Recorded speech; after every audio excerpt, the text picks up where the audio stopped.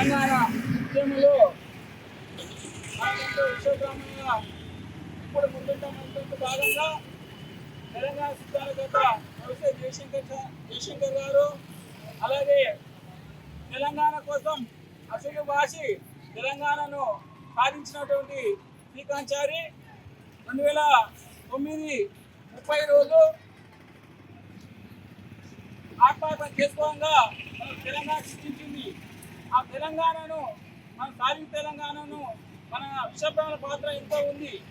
కాబట్టి ఈరోజు అతని మొత్తం సందర్భంగా నాటకంలో ఉన్న విశ్వబ్రాహ్మణులు ప్రతి ఒక్కరూ ఆయన స్ఫూర్తిగా తీసుకొని ఆయన ఆశయాలను కొనసాగించాలని సందర్భంగా తెలియజేస్తున్నాం.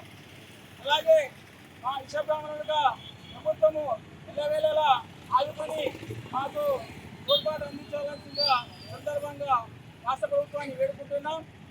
ఇక్కడికి చేసిన స్థానిక విశ్వబ్రాహ్మణులందరికీ పేరు పేరున హృదయపూర్వక ధన్యవాదాలు తెలియజేస్తున్నాం.